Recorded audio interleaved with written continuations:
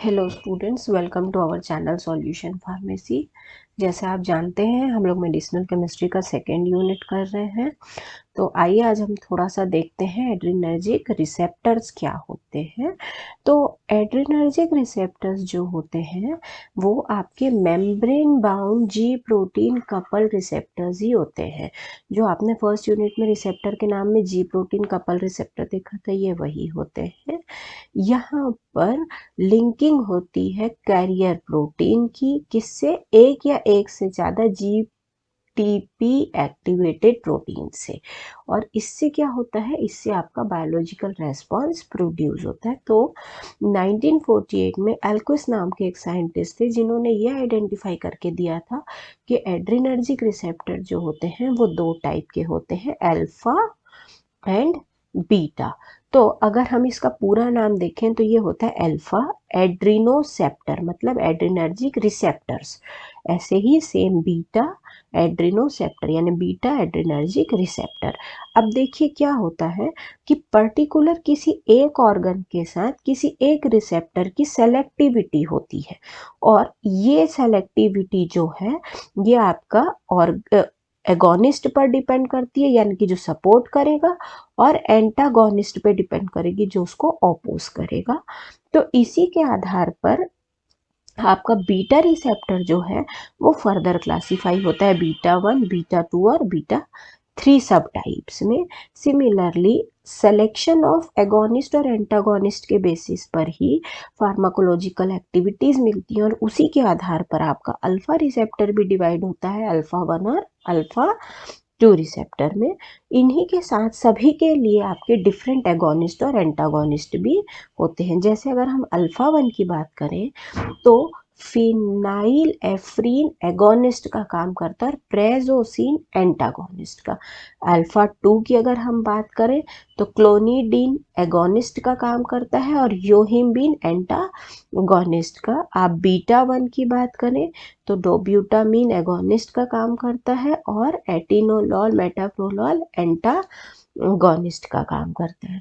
Similarly अगर हम beta 2 की बात करें तो सल्ब्यूटामॉल एगोनिस्ट का काम करता है, टर्ब्यूटालिन एगोनिस्ट का काम करता है, लेकिन प्रोप्रेनोलॉल एंटागोनिस्ट की तरह बिहेव करते हैं, है ना। तो ये क्लासिफिकेशन हो गया आपके एड्रिनर्जिक रिसेप्टर का कि पहले अल्फा बीटा, फिर अल्फा 1 अल्फा 2, फिर बीटा 1 बीटा 2 बीटा 3। आइए इन रिसेप्टर्स के बारे में डिटेल में पढ़ते हैं थोड़ा।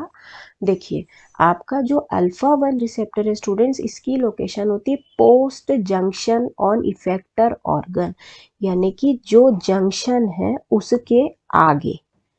और अल्फा 2 होता है प्री जंक्शन, मतलब ये जो जंक्शंस बन रहे हैं इसके पहले, है ना।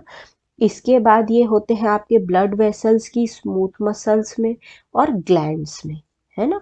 ये होता है पैनक्रियाटिक बीटा सेल, यानी कि पैनक्रिया का जो बीटा सेल है वहां पर, और प्लेटलेट्स में।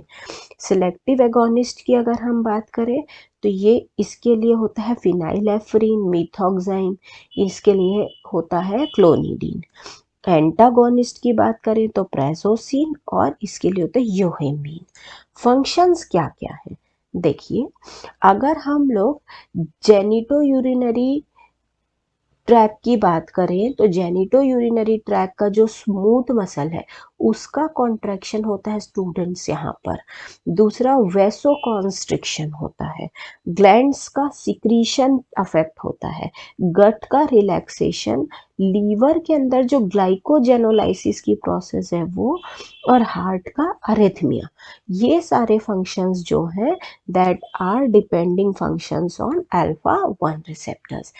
सिमिलरली अगर हम अल्फा 2 की बात करें तो यहाँ पर क्या होता है भाई, जो भी न्यूरोट्रांसमीटर का रिलीज है वो इनहिबिट होता है, ये भी वेसो कॉन्स्ट्रिक्शन करता है, इंसुलिन के रिलीज को डिक्रीज करता है, सेंट्रल सिंपैथेटिक फ्लो को भी डिक्रीज करता है, और प्लेटलेट का एग्रीगेशन करता है, यानी कि जमाव कर देता है ना।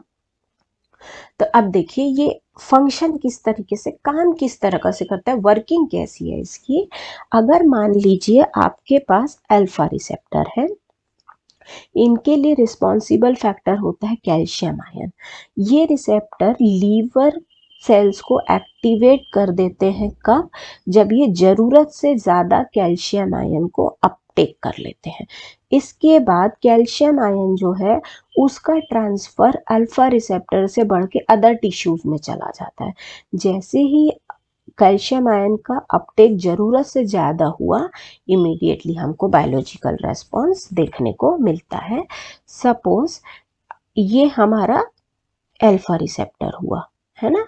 ये अल्फा रिसेप्टर जो है ये कब एक्टिवेट होगा, कब स्टिम्युलेट होगा, ये ऐसा बढ़ कब जाएगा, ऐसा बढ़ जाएगा। कैसे बढ़ जाएगा? स्टिम्युलेट कब हो जाएगा? जब इसमें और खूब सारा कैल्शियम आयन आ जाएगा। जैसे ही इसमें एक्सेसिव कैल्शियम आयन आएगा, ये कैल्शियम आयन एडजेसेंट टिश्यूज में फ्लक्स आउट हो जाएगा, बहने लगेगा। अब जैसे ही ये दूसरे टिश्यूज तक पहुंचा, कैल्शियम आयन जैसे ही दूसरे टिश्यूज तक पहुंचा, इमीडिएटली आपको बायोलॉजिकल एक्शन अचीव हो जाएगा। इसी प्रकार से अगर हम देखें तो बीटा 1, बीटा 2 और बीटा 3 में क्या होता है, तो देखिए आपका जो बीटा 1 है वो कहाँ होता है? हार्ट में। जेजी सेल्स ऑफ किडनी मतलब juxtaglomerular cells of kidney वहाँ पर होता है। बीटा 2 में ब्रोंकिस में, आपके यूट्रस में, लीवर में, जीआईटी में, आईज में, ब्लड वेसल में, यूरिनरी ट्रैक्ट में। और बीटा 3 होता है एडिपोज सेल्स या टिश्यूज में, है ना। इसके लिए एगोनिस्ट होता है डोब्यूटामाइन, इसके लिए सल्ब्यूटामॉल, टर्ब्यूटालिन। एंटागोनिस्ट कौन हुआ? मेटोप्रोलॉल, एटिनोलॉल, इसके लिए प्रोप्रानोलॉल, है ना। अच्छा, नॉर एड्रेनालिन के साथ इसकी एगोनिस्ट एक्टिविटी कैसी होती है? इसकी मीडियम मीडियम होती है, मॉडरेट मतलब मीडियम मीडियम। बीटा 2 की वीक होती है, बीटा 3 की बहुत स्ट्रांग होती है। टिल डेट कोई फार्माकोलॉजिकल एक्शंस अभी मिले नहीं है बीटा 3 के लिए, तो इसलिए हम उसमें फंक्शन ऑब्जर्व नहीं रखते हैं। यहाँ पर क्या क्या फंक्शन है भैया आपके बीटा 1 में? क्या क्या फंक्शन है? तो ये है आपका increase force and rate of contraction of heart muscles, मतलब हमारा जो हार्ट है उसकी जो मसल्स हैं उसका कॉन्ट्रैक्शन रेट यानी उसके सिकुड़ने को बढ़ा देता है। ठीक है। इसके बाद आपके जो कोरोनरी ब्लड वेसल्स है उनको डायलेट कर देता है। सपोज ये आपकी ब्लड वेसल थी, ये उसको ऐसा फैला देगा, डायलेट कर देगा, है ना। फिर इसके बाद आपका स्मूथ मसल्स, जो जीआईटी के स्मूथ मसल्स हैं उनको रिलैक्स करेगा। JG cells of kidney, juxtaglomerular cells of kidney जो है उसमें से रेनिन का रिलीज करेगा और किडनी और लीवर में लाइपोलाइसिस करेगा, है ना। लिपिड के ब्रेकडाउन को प्रमोट करेगा। ऐसे ही बीटा 2 के समय क्या करेगा? जो भी हमारी ब्रोंकी और यूट्रस की स्मूथ मसल्स हैं उनको रिलैक्स कर देगा और साथ में जो भी इनहिबिटरी रिस्पॉन्सेज हैं उन पर अपना ये काम करेगा, है ना। तो ये हो गए आपके कुछ फंक्शंस। अब देखिए यहाँ पर काम क्या होता है, हमारी बॉडी में एक एडिनाइलेट साइक्लेज नाम का एंजाइम प्रेजेंस होता है। ये हमारे बीटा रिसेप्टर को स्टिम्युलेट कर देता है, मतलब बढ़ा देता है। ये बीटा रिसेप्टर है, इसको स्टिम्युलेट कर देगा, बढ़ा देगा। कौन? एडिनाइलेट साइक्लेज नाम का एंजाइम। इससे क्या होगा कि एटीपी जो है वो एएमपी में कन्वर्ट हो जाएगा। अब यहाँ पर जो कैटेकोलामीन है वो प्राइमरी मैसेंजर बन जाते हैं और ये जो एक्टिवेटेड एएमपी है ये सेकेंडरी मैसेंजर बन जाते हैं। इनकी मदद से बॉडी में फॉस्फोराइलेशन होता है और जैसे ही फॉस्फोराइलेशन हुआ इमीडिएटली आपको बायोलॉजिकल रेस्पॉन्स देखने को मिल जाएगा।